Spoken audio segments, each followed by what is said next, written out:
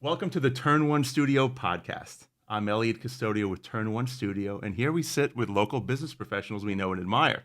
Today's guest is Rafe Lieber from Marathon Abstract. Rafe, welcome. Thank you, Eliud. I appreciate it. Thank you for having me. Marathon Abstract. Explain to us what you do. So my business is title insurance. It's not something that's commonly understood or really known about, but in fact, every time in every real estate transaction, there is title insurance. And when you go to buy a house or a commercial property, you are actually also getting title insurance as part of the closing process, where we work to make sure that the property you are buying, the seller is in fact the person who is legally allowed to sell it. And we want to make sure that we're ensuring a clean transfer of ownership from seller to you, the buyer, which means we make sure that we locate any judgments or liens that might be on the property, any open permits, CO issues. Does the fence line match the survey, which it never does, and any other encumbrances, mortgages, things like that are on the property. We make sure that there's no heirs of the seller that might be out there that could come knocking on your door a year later and say, hey, that's my house. I own that house. Right. And we work with the attorneys on all sides during the process to make sure that when you get the keys, it's yours and nobody else's. Okay, so there's a lot to unpack here. All right, so let's say I'm purchasing a home, and I'm at the closing table, and before money gets transferred, you did what you did, and you are in effect ensuring the fact that money can be transferred. I'm going to get a deed that can in fact be mine. Correct. What are common issues, aside from fences and COs, unless those are the most common issues that folks run into that would prevent the transaction from going through? So fences are a very common issue, actually, specifically on Long Island. We have odd-shaped lots. Okay. So the fence will have just been in the wrong place for years. Judgments and liens are huge. People have tax liens. They were put on the house. Mechanics liens, because they had some work done. Those liens were put on the house. You can't sell until those are satisfied. Now, oftentimes they get satisfied actually at the closing table because the seller is using proceeds from the sale to pay off, to compensate for those issues. Correct. So we no surprises usually. Nothing new comes up at the closing table, but we're all pretty prepared the day before or even the morning of. To knowing what we have to deal with and what's out there. There's no surprises when we get to the closing table. Okay. In respect to things like that. Other things that can be surprises at the closing table, like we have to take somebody's driver's license or identification, and the picture doesn't match or the signature doesn't match. We have to stop. How often does that happen? It's not like it happens all the time. Okay. But it happens enough for me to mention it. Interesting. That we really have to do our due diligence to make sure that everything is smooth, because again, you don't want to have a problem a year later. That's what title insurance is for. So we missed something. So it actually is insurance. Correct. It is. Unlike other kinds of insurance where you pay it monthly, or if you think about life insurance, car insurance, homeowners insurance, those are things that are designed to protect you from something that might happen going forward in the future. Title insurance actually protects you from what may have happened in the past, any of the encumbrances that previously were placed on the property. And you pay, it's a one-time premium. You pay it one time at closing. It's part of your closing costs.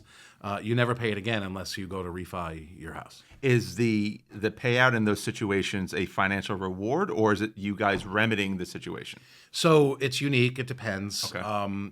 If there is a claim, and claims are rare, but if there is a claim on title, it can be to compensate some sort of defect. It can actually go to, if you end up in court, in litigation, it will pay for your attorney's fees. Okay. If we missed something and it's going to cost you money, we're paying for it. Interesting. One of the things that I hear often out there is, oh, title insurance. I don't know why it's so important because there are barely any claims.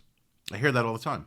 Well, the reason why there are barely any claims is because we, and I'm not just talking about my company, the whole industry, Sure. we do our due diligence during the transaction. Right.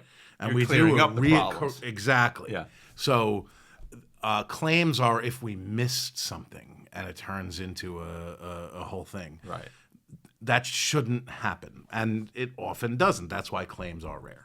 Interesting. I know we talked about fencing once or twice already. When it comes to fencing, obviously, if my fence is encroaching on the neighbor's property, I can understand how that's bad. If my fence is inset from the property line, I'm asking you a question from something I had heard in the past. I'm not even sure if it's logical, but I'm wondering if it's true. If my fence is inset, over time, can the neighbor stake claim to that piece of land that's outside of my fence line? You're talking about, it's called adverse possession. Maybe. Yeah. So it's been 20 years. There's been no claim. Nobody's complained about the property. It's hard to get adverse possession in New York. It's not something we see all that often. In some cases, you might be adjacent to a government property. That's more likely to become an adverse possession issue. Okay. But between two neighbors, usually what ends up happening is there are two remedies for when the fence is in the wrong place.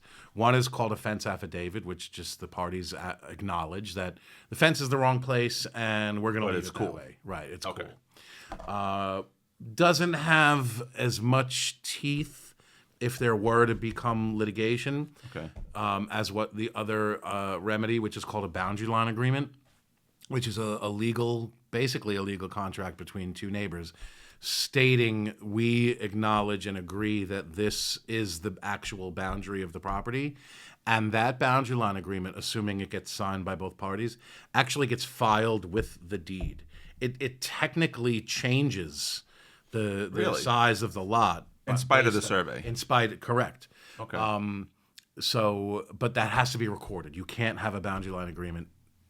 If you have a boundary line agreement that the two parties sign but is not recorded, it's meaningless. It's useless. Interesting. It has no teeth. Have you run into situations where you give the green light on a sale because all the COs are filed, to your knowledge, but it was the fault of the town?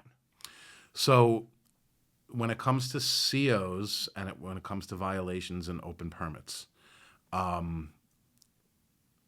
we point that out. It says it in our title report. It says it's for information purposes only. Okay. Title never stops a transaction because of CO or permit issues.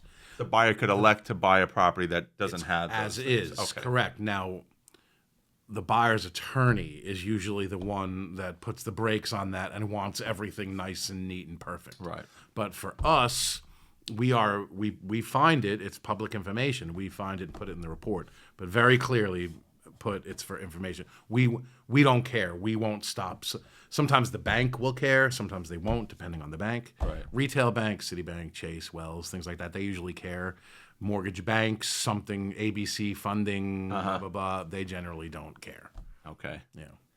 Where do you get most of your business from? Who's reaching out to you to bring you into a transaction? So, title in New York is the responsibility of the buyer. Okay. Which means it is the buyer's choice of which title company they want to use, just like it's the buyer's choice which attorney they want to hire, which bank they want to go with. But it's such a unique, niche product that over 99% of the time, this is on residential, the buyer's attorney is the one who is choosing title. Okay. When the attorney does their initial consult with the buyer, they let them know, I'm going to pick the title company. They sign a form. And that's actually a good thing because our process is the whole time we're dealing with the buyer's attorney, the seller's attorney, if there's financing, the bank attorney. We almost never speak to the buyer or the seller. Okay. It's a B2B. We're a B2B business. So the real estate attorney is really the one who's picking the title company. Okay, so you're part of, in effect, the care team Yeah, absolutely. And because we're a heavily regulated business, our rates are set by the state.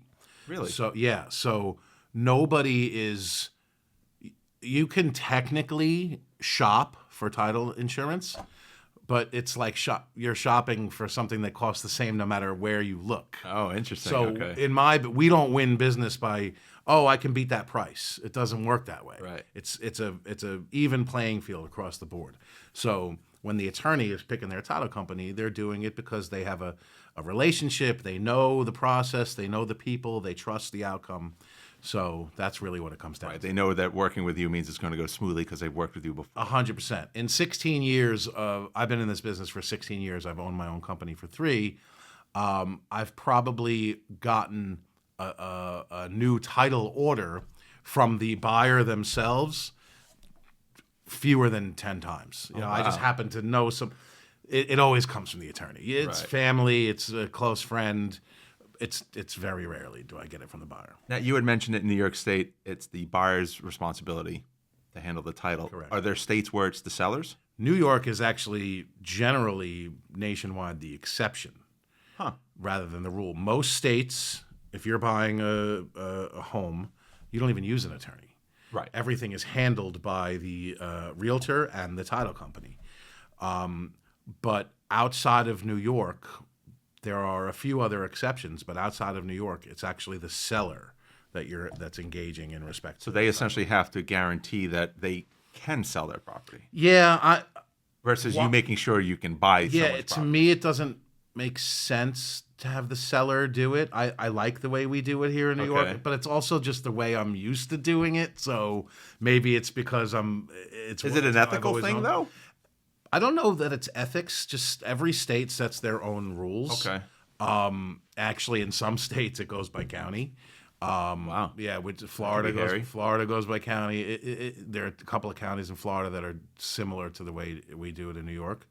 But if you look at the rest of the country, it's mostly the seller and there's no attorney involved. Interesting. Yeah, I don't agree with that model at all. Marathon Abstract. Yeah. Where did the name come from? So, I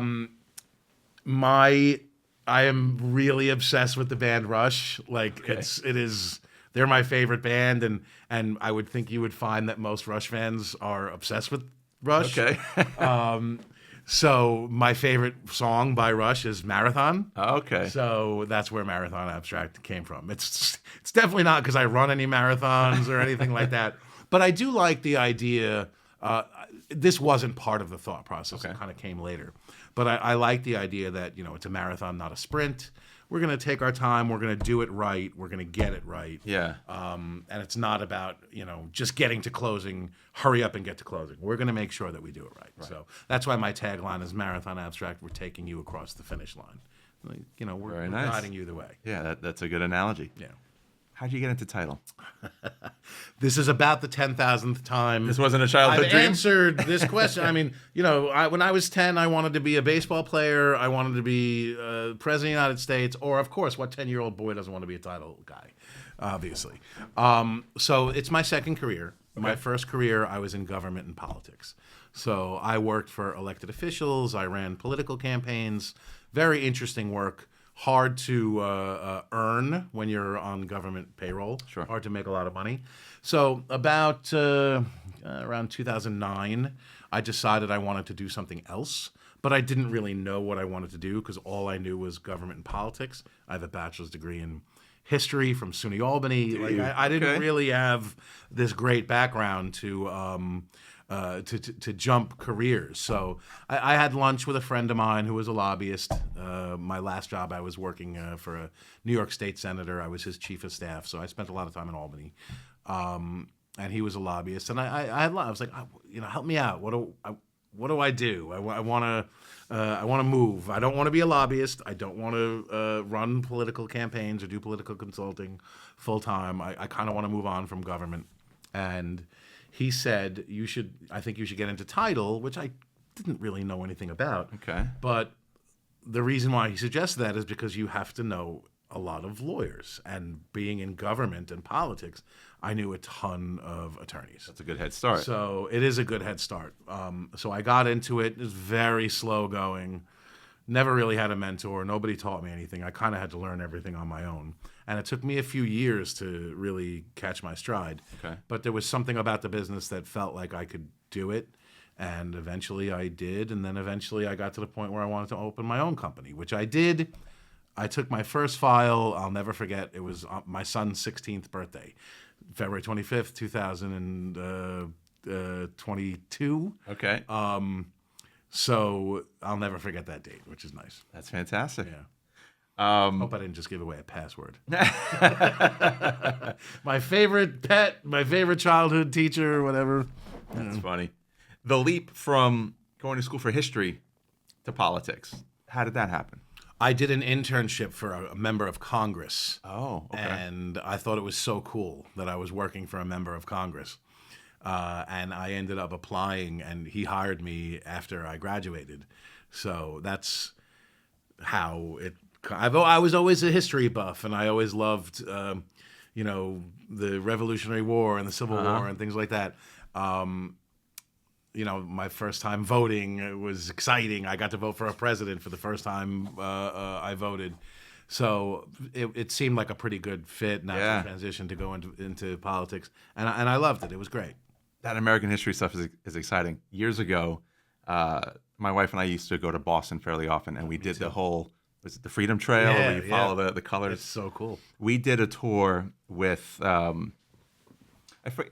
as far as I'm concerned, he was dressed as Ben Franklin. But he swore he wasn't Ben Franklin. He was so-and-so, but this is how they dressed at the time. Okay, he was Ben Franklin. We did this whole tour, had a great time. Since we were engaging this guy, he bought us a drink afterwards, and we got some more of his time, which was really awesome. And then maybe an hour or so after that, this is going to sound planned, and it kind of sort of was, but not to this extent. I proposed to my wife. Oh, get out along of here. Okay. the was it the Charles River? Yeah. Anyway, we always have that connection with American history and that's really and cool. Boston. I love Boston. I try to get to Boston about once a year. It's a great city, and I think it's because of the history. Yeah. And you say Ben Franklin. I always say when we go there, we go to Quincy Market, Faneuil Hall. It feels like Ben Franklin is or John Adams. He's gonna walk out and say something. So it's a really cool city. I love it. I mean, I'm a Yankee fan, so right. there's that. Tread lightly. Yeah.